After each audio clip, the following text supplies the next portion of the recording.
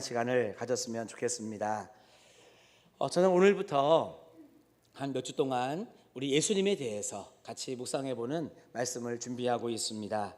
오늘은 예수 시리즈의 첫 번째 시간으로 예수님의 십자가는 왜 아름다운가 라고 하는 제목으로 말씀을 함께 나누겠습니다.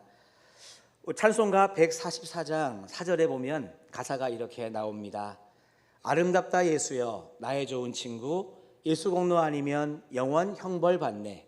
예수님 예수님 나의 죄 위하여 보배 피를 흘리니 죄인 받으소서.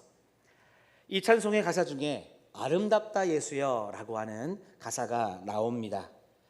그런데 여러분들은 예수님의 십자가를 바라보실 때 그곳에서 죽으신 그 예수님의 모습을 상상해 보면 십자가가 아름답다라고 하는 말이 여러분들은 나오시는지요? 말로는 아름답다 예수여 찬송하지만 실제로 십자가가 나에게 아름다움으로 다가오고 있는지요? 사실은 십자가를 생각해 보면 십자가는 예수님의 아름다움과는 관계가 없는 것 같습니다. 그곳에서 예수님이 죽으셨기 때문에 참혹한 십자가, 비참한 십자가 이렇게 이야기하면 더 어울리는 그런 말이 될 것 같습니다.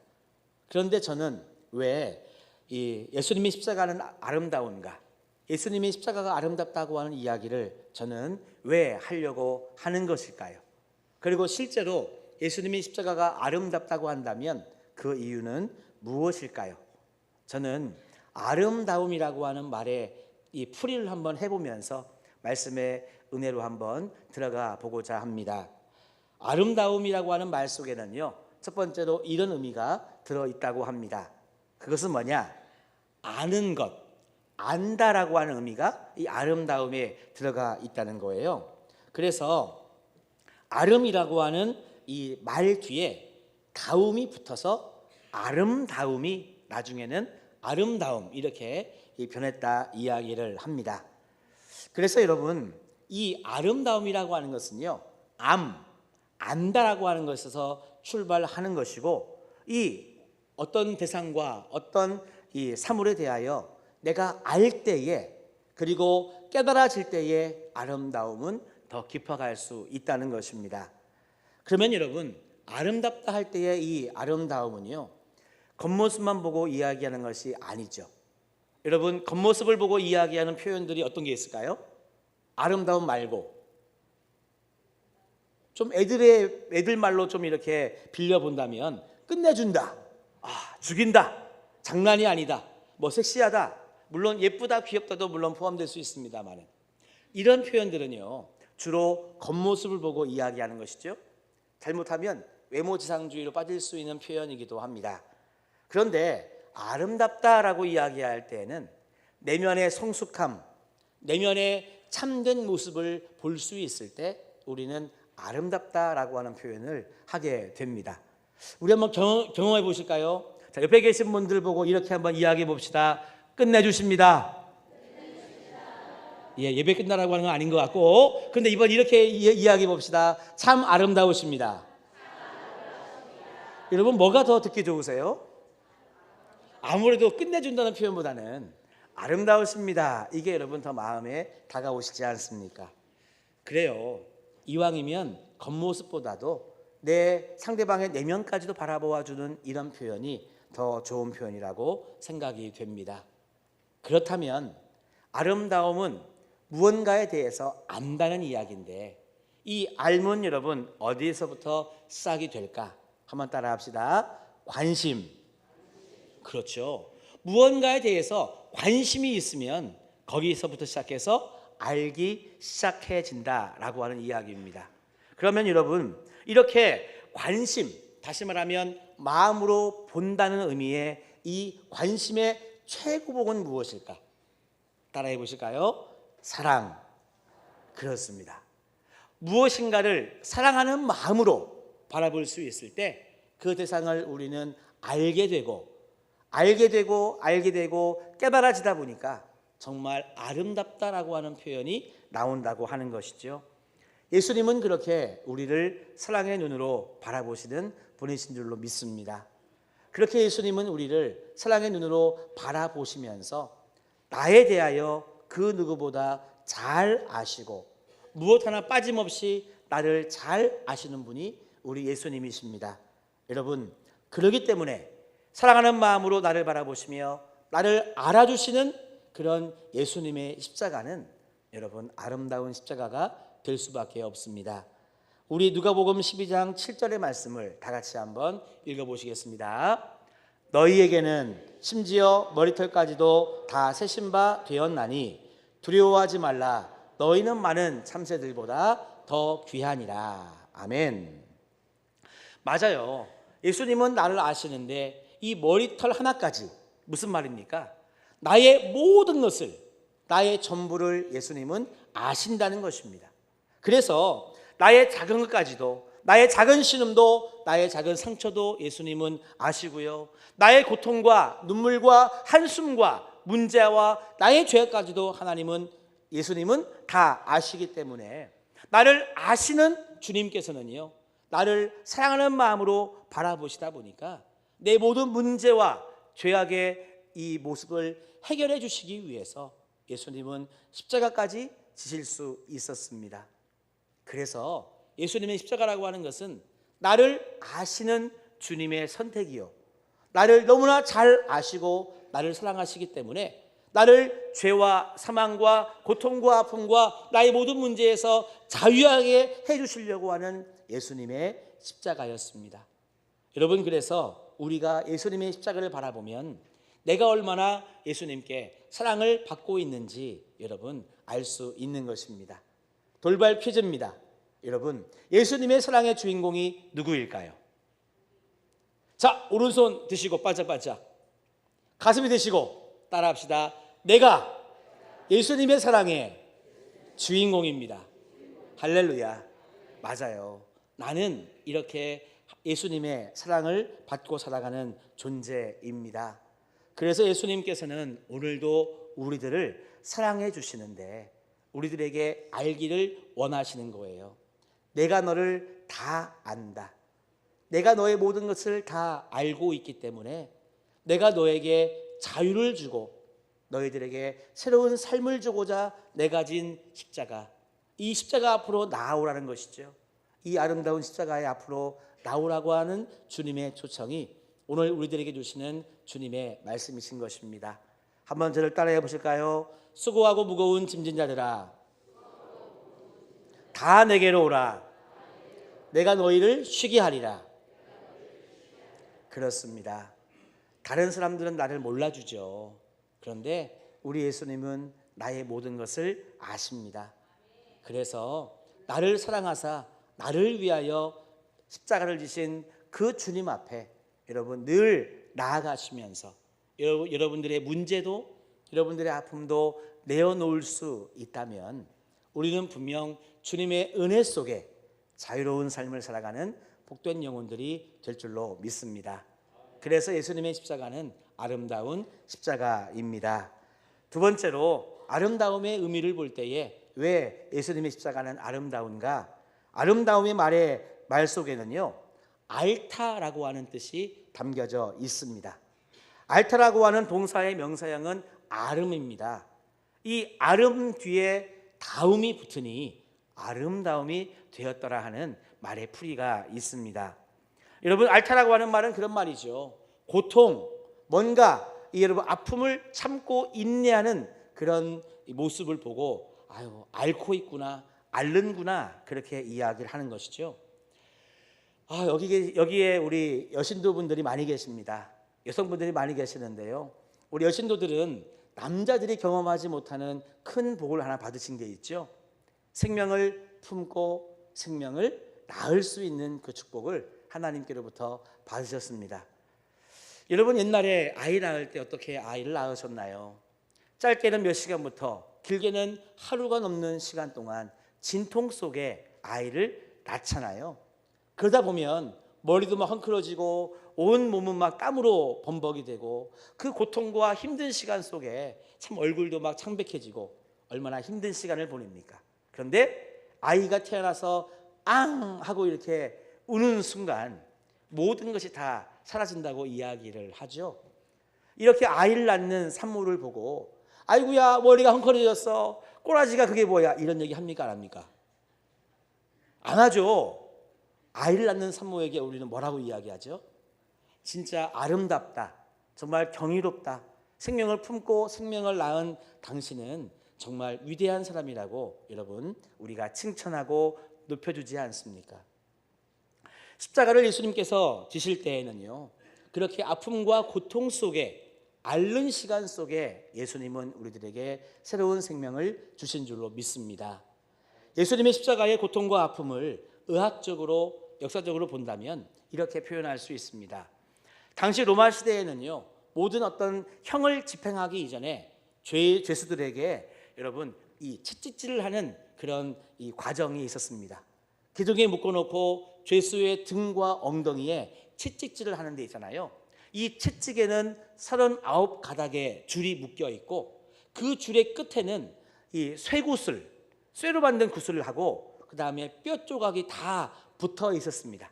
그러니까 39개의 구슬과 뼈 조각이 있는 채찍으로 죄수를 내리치는 거죠. 이렇게 여러분 채찍을 치면 이 쇠구슬 때문에 이 맞은 몸은요 시퍼렇게 멍이 들게 됩니다. 그리고 뼈 조각이 박혔다가 딱 빠지는 순간 마치 뭐라고 하죠? 할퀴듯 막 이렇게 막 뭐라고 하죠? 이 파내듯 살점이 여러분 뜯겨 나가게 됩니다. 그러니까 이 그런 채찍을 맞는 사람의 고통이라고 하는 것은 말로 표현할 수 없는 것이죠. 더 나아가서 예수님은 약 18cm의 이 쇠로 만든 못으로 못 박힘을 당했습니다. 이 손목과 이 손의 끝과 이 팔목의 끝이 만나는 이 부분에 예수님이 이 못을 박히셨죠. 또 양발을 이렇게 폭에 놓은 다음에 이 중앙의 둘째 셋째 마디 사이에 그 뼈 사이에 예수님은 이 못을 박히셨습니다. 그런데 의학적으로 보니까요, 그렇게 이 팔목 끝과 손목 끝에 있는 가운데 부분 그리고 양쪽 발목이 교차된 그 중앙의 두 번째 세 번째 뼈 사이에 있는 부분은요 신경이 지나가는 곳이라고 하더라고요. 그러니까 실제로 손을 자르고 발을 자르지 않아도 그곳에 못을 박히면 마치 손과 발이 실제로 잘려나가는 듯한 극한 고통을 느끼게 된다고 합니다. 게다가 못을 박을 때에는 십자가에 눕혀놓고 못을 박잖아요. 그 다음에 십자가를 이렇게 세웁니다. 골고다 언덕에서 이렇게 십자가를 세우려고 하면 중력에 의해서 몸은 밑으로 처지는데 몸이 이렇게 들려 올라가잖아요. 그러니까 예수님은 어깨가 다 탈골이 되고 여러분 하여튼 정말 죽지 않은 상태, 살아있는 상태에서 겪을 수 있는 가장 큰 고통을 예수님은 겪으셨습니다. 호흡할 때마다 위로 아래로 참 이렇게 움직여지는 모든 장기가 다 아픔을 느끼게 하는 것이죠. 3세기 역사가 유세비우스는요 예수님의 죽음에 대해서 이렇게 묘사하고 있습니다. 얼마나 고통이 크고 얼마나 괴로웠는지 정맥이 다 튀어나오고 근육이나 근골이 다 튀어나오고 또한 예수님의 이 창자도 이렇게 삐져나왔다. 이런 여러분 이 역사의 기술도 있습니다. 또 다른 역사의 기술에 보면 심지어 예수님은 아무 옷도 걸치지 못한 상태에서 그렇게 가진 모욕을 당했다는 표현이 나온다고 하는 거예요. 그러니까 여러분 예수님께서 이렇게 십자가를 지실 때에 예수님은 앓으셨다는 거죠.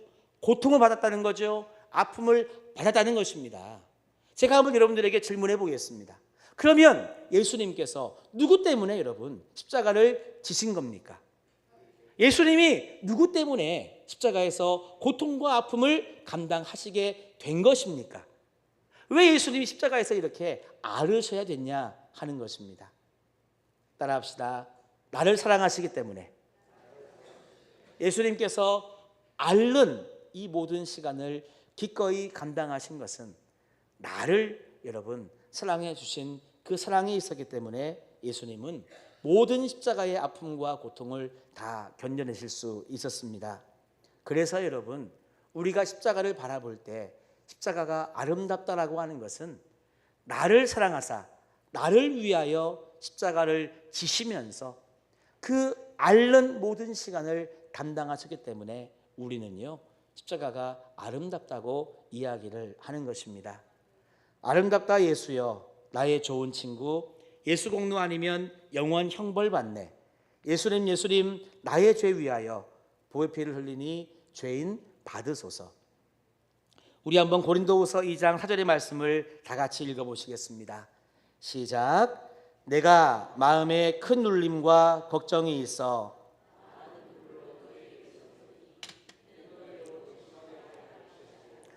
오직 내가 너희를 향하여 넘치는 사랑이 있음을 너희에게 알게 하려 함이라. 아멘. 그렇습니다. 예수님은 우리들에게 내가 너를 사랑한다는 그 사랑을 알게 하기 위하여 십자가에서 모진 고통과 아픔, 그 앓는 시간을 다 담당하셨습니다. 예수님은 부활하셔서 지금 하나님 보좌 우편에 앉아 계시죠. 지금도 우리를 바라보십니다. 우리를 바라보시는 예수님의 마음이 어떠실까? 저는 지금도 우리를 바라보실 때 예수님은 정말 이 앓는 심정으로 우리를 바라보신다 믿습니다. 아직도 예수를 믿지 못해 방황하는 영혼들이 많음에 예수님은 지금도 앓고 계시고, 예수님을 믿노라 하면서도 온전한 믿음으로 나아가지 못하는 우리들의 모습을 보시고 예수님은 지금도 앓고 계시죠. 그 앓고 계시는 예수님께서 오늘 우리들에게 말씀해 주십니다. 따라합시다. 수고하고 무거운 짐진 자들아, 다 내게로 오라. 내가 너희를 쉬게 하리라. 여러분, 우리는 예수님의 십자가 앞으로 나아가면 우리는 정말 자유할 수 있습니다. 특별히 나를 사랑하셔서 나를 위해 십자가의 모진 고통을 감당하신 주님은 오늘도 우리들에게 이렇게 말씀하십니다. 너희들 무거운 짐을 지고 있지? 다 내게로 와라. 그래서 이 짐을 내려놓아라. 내가 너를 위하여 십자가의 아픔과 고통을 다 당했으니, 내가 앓고 있으니 너희들은 이 은혜로 자유함을 받기 원한다. 여러분, 주님의 초청에 아멘으로 응답하시면서 나 때문에 아름다워진 그 십자가 앞으로 나아갈 수 있는 우리들의 삶이 되기를 간절히 소망합니다. 예수님의 십자가가 왜 아름다운가? 아름다움의 말풀이 세 번째로 한번 묵상해 보겠습니다. 아름다움이라고 하는 말 속에는요, 앉는 것, 허깅이라고 하는 뜻이 그 안에 담겨져 있습니다. 그래서 안음이라고 하는 말 뒤에 다음이 붙어서 아름다움이 나중에 아름다움이 되었다는 말의 풀이가 있습니다. 여러분 한번 상상해 보십시오. 아이가 엄마 품에 아빠 품에 와서 막 달려와가지고요 이렇게 안기는 모습을 보면 여러분 얼굴에 미소가 지어지고 흐뭇하지 않습니까? 우리도 있잖아요. 어릴 때는 엄마 아빠에게 달려가서 품에 안기기를 얼마나 좋아했습니까? 얼마나 즐거워했습니까? 근데 조금 크다 보니까 엄마 아빠에게 안기기는커녕 싫어요 이렇게 여러분 거부하는 게 우리의 모습 아닙니까? 여러분들은 예수님의 품을 알고 계십니까? 머리로 아는 것 말고 예수님의 품에 안겨보셨기에 예수님의 품이 얼마나 따뜻하고 포근한지를 여러분 알고 계십니까? 만약에 여러분들이 아무리 입으로 나는 예수를 믿는다고 이야기를 해도 그 예수님의 사랑의 품, 예수님의 그 은혜의 품 속에 안겨본 경험이 없으시면은요 심하게는 이렇게도 이야기할 수 있습니다. 아이고야, 껍데기 신앙으로 내가 살아왔구나. 여러분, 예수님의 품, 예수님의 사랑이라고 하는 것은요 머리로만 여러분 다 이해할 수 있는 것이 아닙니다. 내가 예수를 믿는다고 아무리 말로 이야기하고 성경 공부를 많이 해서 내가 예수를 안다고 여러분 머리로 이야기를 할지라도 실제로 예수님의 품에 우리가 안겨봐야 되는 거예요. 예수님의 손길을 경험하고 예수님의 여러분 품을 경험하고 그 사랑을 경험하고 용서를 경험한 사람이야말로 여러분 우리는 주님의 은혜 속에 살아간다고 진실한 고백을 할 수 있는 것입니다. 그래서 예수님의 이 안아주심을 무엇이라고 표현할 수 있느냐? 용서라고 표현할 수 있습니다. 예수님이 우리를 안아주실 때에는요 이런 마음인 것이죠. 그래, 내가 너를 다 안다. 너의 아픔도 알고 너의 눈물도 다 알고 너의 연약함도 알고 너의 부족함도 안다. 너의 죄도 내가 다 아는데 내가 너를 용서하고 내가 너를 안아주노라. 예수님의 안아주심은 우리들에게 용서의 마음을 여러분 부어주시는 겁니다. 그래서 누가복음 15장 20절에 보면 이렇게 안아주시는 모습이 탕자의 비유 속에 여러분 잘 나와 있습니다. 우리 한번 같이 읽어보실까요? 이에 일어나서 아버지께로 돌아가니라. 아직도 거리가 먼데 아버지가 그를 보고 치근히 여겨 달려가 목을 안고 입을 맞추니. 그래요. 이 아버지는요, 아들이 돌아오기를 계속 먼 발치에서 기다리고 있다가 아들이 보이니 정말 이 맨발로 버선발로 달려가 가지고 아들을 안아주고 입을 맞추는 여러분 그 장면 아니겠습니까? 예수님은 여기에서 한 발 더 나아가십니다. 누가복음 23장 3절 4절 말씀에 보니까 이 예수께서 이르시되 아버지 저들을 사하여 주옵소서 자기들이 하는 것을 알지 못함이니이다. 여러분, 예수님이 우리를 안아주실 때에는요, 이런 마음으로 우리를 안아주시는 거예요. 하나님께 이런 마음으로 기도하시는 거죠. 하나님, 용서해 주세요. 하나님, 아시지요. 얘가 아직 몰라서 그래요. 얘가 아직 깊은 하나님의 사랑을 경험하지 못해서 그래요. 아직 머리로만 알고 가슴으로 알지 못해서 그래요. 하나님, 그래도 용서해 주세요. 여러분, 예수님의 안아주심이라고 하는 것은 오늘도 상처받은 마음, 연약한 우리, 아직도 주님을 닮아가기에는 너무나 부족한 우리를 책망하지 아니하시고 다 여러분 품어주시는 예수님의 용서의 사랑이 이 안아주심 속에 있는 줄로 믿습니다. 그래서 여러분, 지금도 예수님은요, 두 팔을 벌리고 우리를 기다리고 계십니다. 마치 어린아이가 엄마, 아빠 하고 달려가서 품에 안기면 얼른 이렇게 안아주면서 뭐 아이고 내 새끼 뭐 이러면서 여러분 그렇게 격려해 주시고 싶은 예수님의 마음이 여러분 두 팔 벌려 우리를 기다리고 계시는 줄로 믿습니다. 그래서 예수님은 우리들에게 이렇게 말씀하시는 거예요. 따라해 봅시다. 수고하고 무거운 짐진 자들아 다 내게로 오라. 내가 너희를 쉬게 하리라. 우리가 예수님의 품에 안기면 이렇게 여러분 쉴 수 있습니다. 안식할 수 있습니다. 나를 용서해 주시기에 더 이상 염려하지 않고 걱정하지 않고 여러분 정말 눈을 감고 주님 품에 안길 수 있습니다. 그래서 예수님은 지금도 우리를 주님의 품으로 초청하고 계십니다.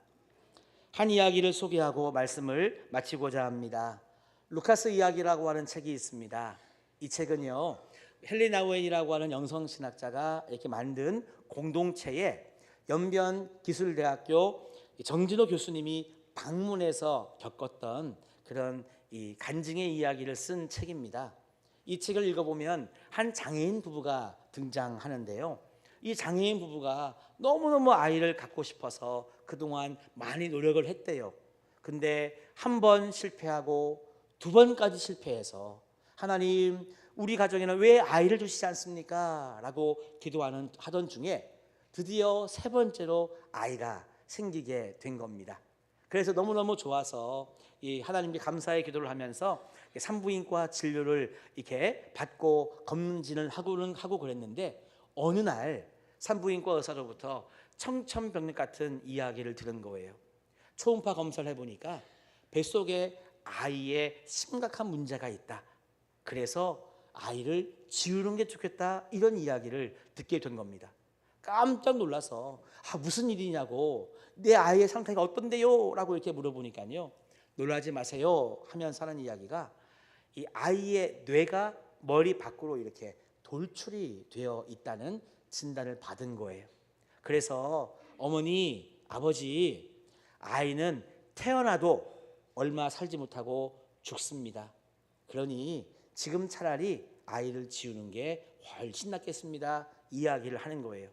그런데 이 장애인 부부는요, 얼마나 아이를 여러분 사모했습니까? 한 번 실패하고 두 번 실패하고 세 번째 아이를 가졌으니 얼마나 소중해요? 그래서 부탁을 드리는 거예요. 선생님 어떻게 안 되겠습니까? 아이를 꼭 낳고 싶은데요. 그러니까 아주 정색을 하고 이야기하는 겁니다. 환자분 얘기 똑바로 들으세요. 지금 아이를 지우라고 하는 게 큰 아픔과 고통이시죠? 근데 아이를 낳으면 나중에 그 아이가 죽었을 때 얼마나 더 아프고 고통스럽겠습니까? 그러니 지금 지우시는 게 좀 작게 슬퍼하고 지나갈 수 있는 거예요. 내 말 들으세요 이러면서 산부인과 의사가 또 한 번 이렇게 이야기를 하는 거예요. 근데 이 부부가 생각하다가 고민하다가 기도하다가 최종적으로 결정을 내렸습니다. 이야기하기를 그래도 저희는 아이를 낳겠습니다 라고 이야기를 하고 집에 돌아왔어요. 그래서 태어나면 이 아이에게 지을 이름을 미리 지었습니다. 이름은 루카스입니다. 그래서 그때부터 아이가 태어날 때까지 태교를 하는데요, 매일매일 찬양을 불러주고 기도해주고 말씀을 읽어주고, 그렇게 여러분 행복하고 복된 10달을 보냈습니다. 이제 출산이 되어서 진통 중에 아이를 낳았어요. 아이를 낳고 참 품에 이렇게 아이를 안아보니 이 아이가 얼마나 정말 이 아름답고 정말 영특해 보이는지 이 두 부부의 얼굴에는 환한 미소가 생겼습니다. 하지만 현실은 현실이었습니다.